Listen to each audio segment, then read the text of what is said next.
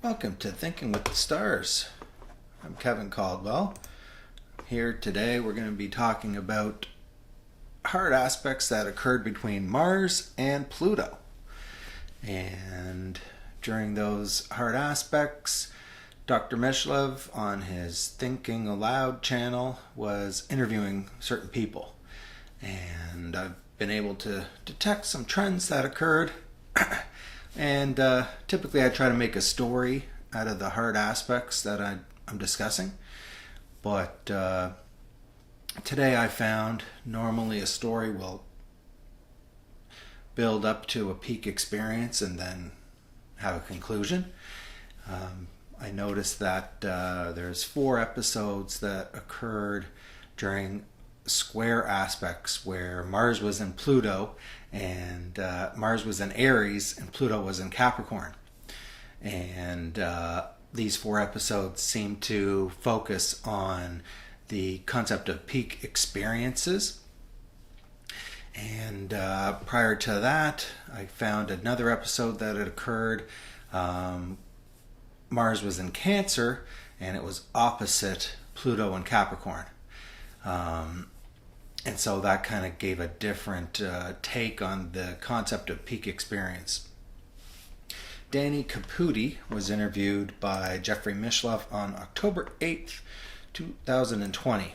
The interview was called New Random Event Strategies in Parapsychology. And she spoke about the phenomena that she was able to recreate, where she has programmed a computer to generate random displays, but the displays are seemingly displaying statistically coherent information. And she basically credits the idea to a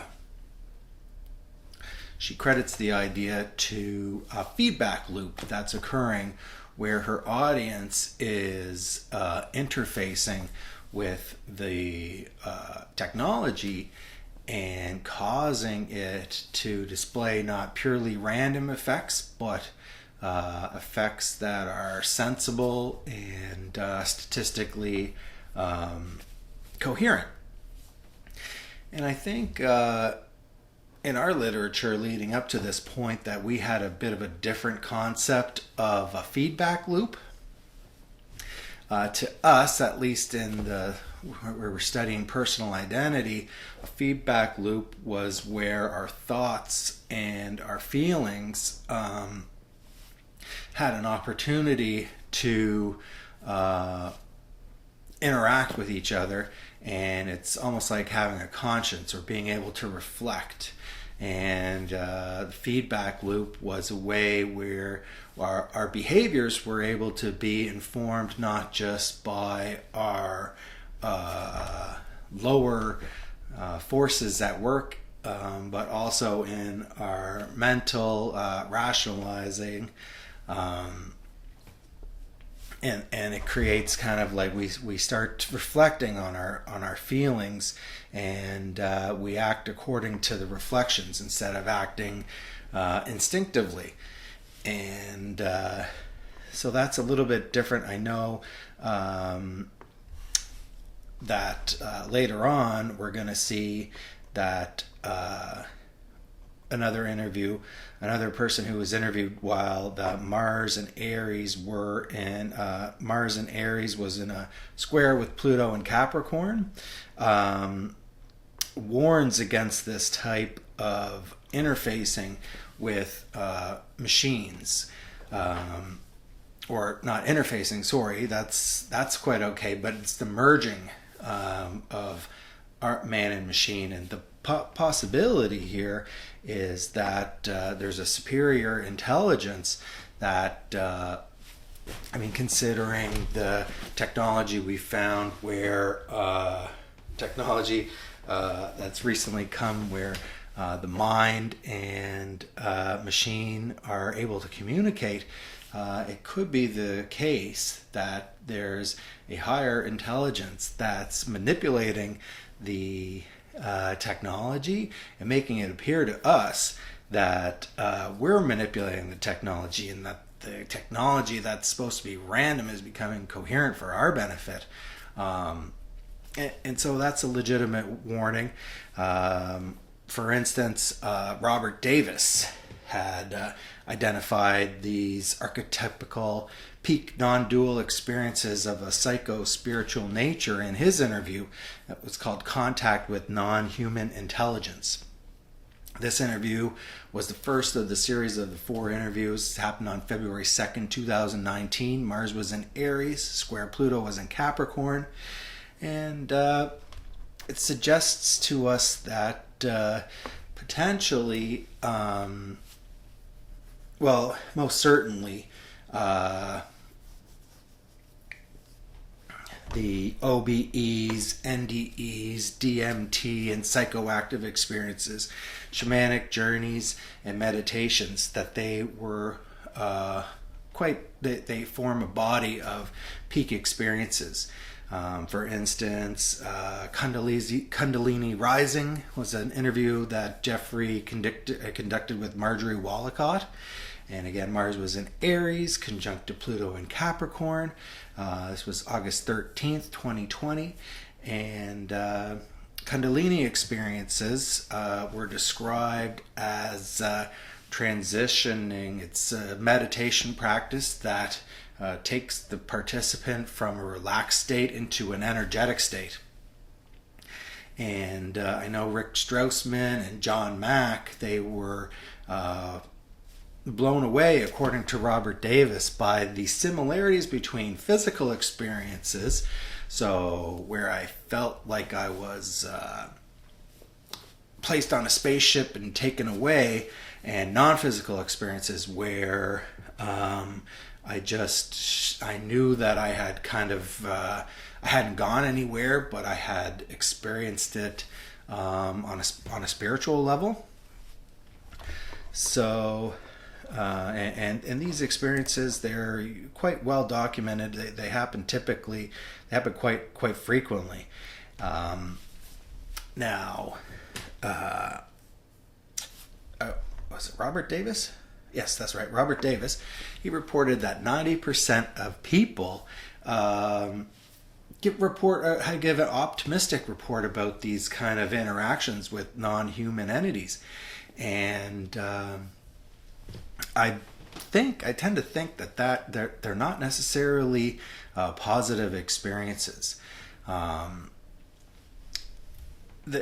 a shamanic healer, we're going to want to have experiences. Say we're experiencing reality A, and then we use symbolism, imagery, archetype to facilitate some initiation ritual and experience, and the result is where we've changed our reality into reality B. And typically I find that these peak experiences we're experiencing, follow the pattern of we're experiencing reality A, and we undergo some peak experience that's really out of our control, and consequently we find ourselves returning to reality A with a memory of that peak experience, and it's not really transformative. It's just we fill in the blanks. Like if say I get a flat tire, well then I'll say, oh well, that tire needed replacing anyway, or have a better tire, and I had to pay to replace that tire. I have a better grip now on the road. And where it's so it's like the capacity to put a positive spin on anything negative that happens to us, and I think it's probably inauthentic, and this is where the Platonic dialectic comes into play, where we're asking what's the highest form of reality, and I think we're going to find out here as we talk more about Marjorie Woolacott's interview. The highest form of reality is the biggest form of reality, and at least as the before matter in the creation story that Marjorie's telling. What happened was, and this is just one way of understanding creation mythology. So we have creation mythology, personal mythology, and survival mythology. Survival mythology is pertaining to the physical realm, and there's also some different instances of three sphere or three world models or three stages that we go to, that Robert Davis and Beverly Kovacs speak about the three phase. Beverly Kovacs has three spheres, and with James Driscoll, it's three stages that we go through. But yeah, Marjorie Woolacott's idea of the creation mythology. So we said there's survival mythology. There's personal mythology, which is the type of that we're talking about earlier with Dani Caputi, where saying it's saying that, well, it's part of my personal mythology that by participating in this art show, I've been able to manipulate a computer program that generated random effects into a computer program that now is generating coherent effects. And it just seems to be not the case. And the creation mythology that we're gleaning from is from Marjorie Woolacott, seems to be talking about how when we're looking at the divine consciousness that existed prior to matter, that it was it was basically had expanded to the point, it had gotten so big, or what's called a critical mass, the density had gotten to the point where it became aware, almost self-aware, that if it were to expand beyond its boundaries, that it was not going to be able to retain awareness of what was going on in all aspects of itself, and so it had to fracture and splinter, and then that's where we came to creation. And we're like that as well, where we're not aware of our own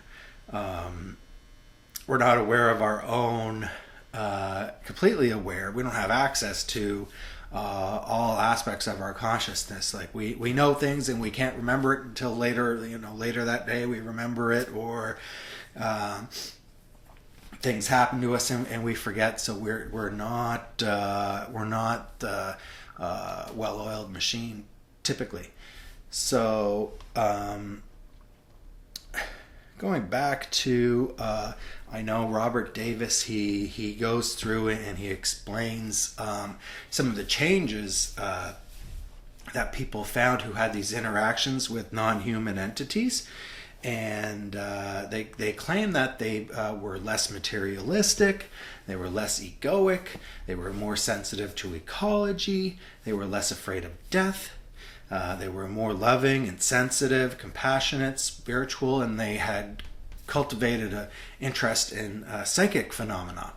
And the spin on this is saying, okay, so for 90% of us, these alien interactions, these non-human interactions, turned out to be positive things. But I'd like to just maybe scratch the surface or dig a little bit deeper beyond these and kind of give some insight into how they're not necessarily good things. So becoming less materialistic, that might be great, but really that's kind of coming from a privileged point of view. Rather becoming less materialistic, wouldn't it be better to become more successful to the point where we could be philanthropic about some of our wealth, and we could become charitable instead of less materialistic? Seems a little careless.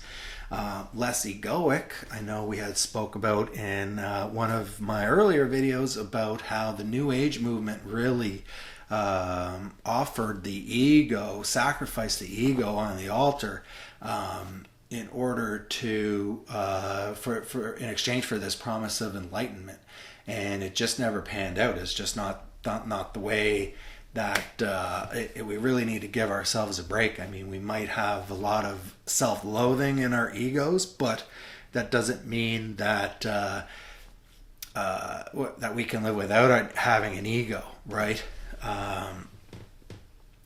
They became more sensitive to ecology, is one of the claims, and to me, it seems like they were so traumatized by this alien abduction, or this perception of being abducted by aliens, that they're shaking like a leaf. They're what's known as a fawn. And if that seems like they're more sensitive to ecology, could be just they're traumatized, less afraid of death. So being less afraid of death, to me, could also mean that there's a spike driven between their authentic self and their purpose in life. And they just, it goes back to that survival mythology. They were more loving and sensitive. So by that, they could be just more defensive. Saying that they're more compassionate might mean that they're more condescending. As we already established, they're coming from this place of privilege, right?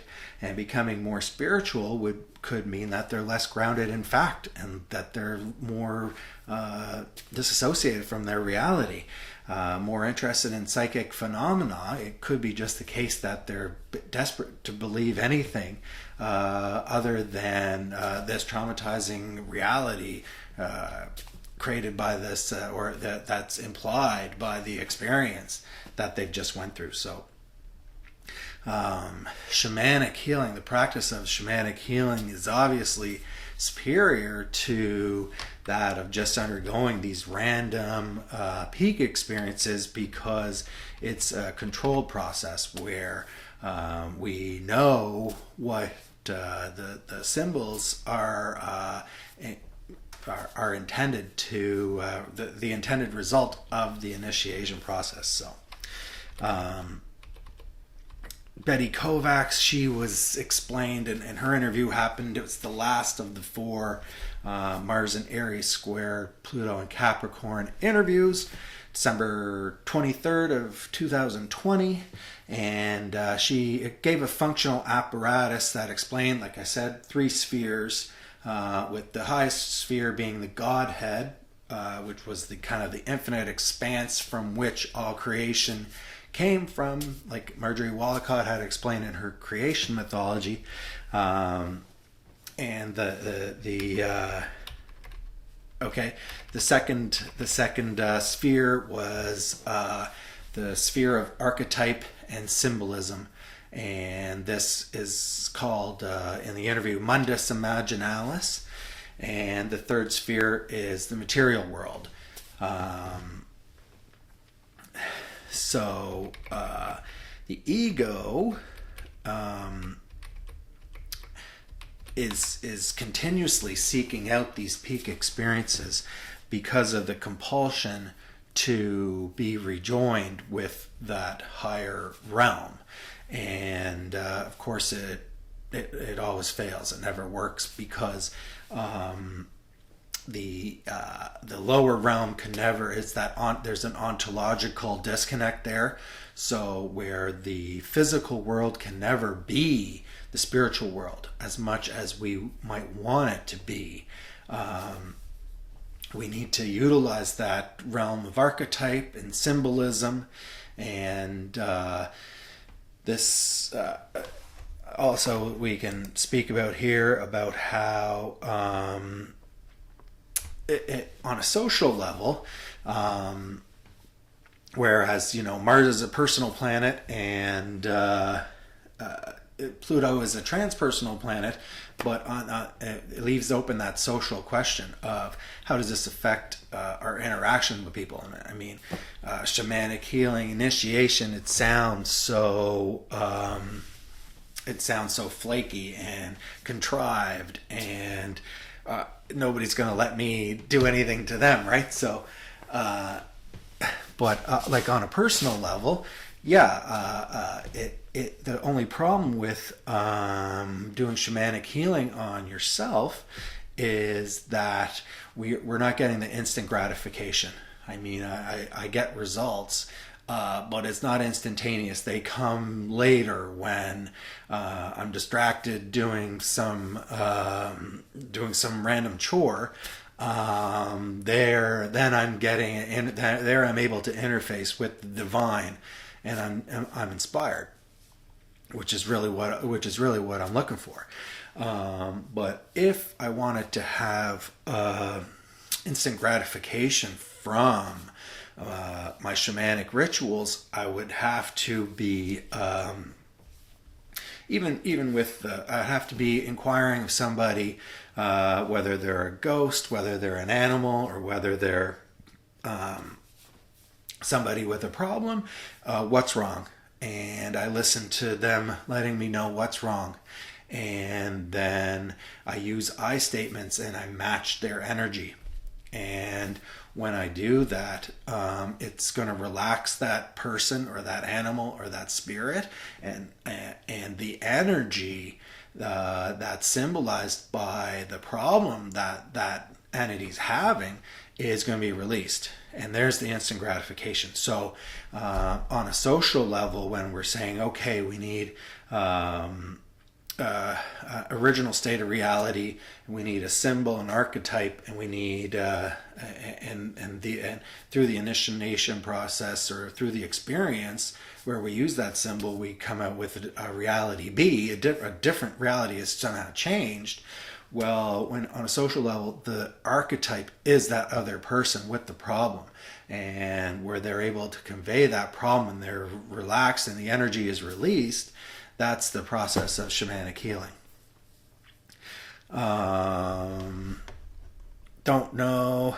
Right, just to run through quickly of James Driscoll, July 2nd, 2017. He was talking about 3 stages. Mars was in Cancer and Pluto was in Capricorn. So the 3 stages of this process, one was the pre-conscious stage, and Beverly Kovacs, she also talks about the pre-conscious stage, where what happens is she calls it pre-reflective, where there are certain thoughts that we're censored. We censor certain thoughts, that we're not even allowed to think certain things, because we've created this ego that sees those things as such a source of pain and suffering that they can't even be they're not even permitted to be thought about. Okay, so the preconscious stage, the thesis and antithesis, so that's a second phase or second stage, and the third stage is synthesis.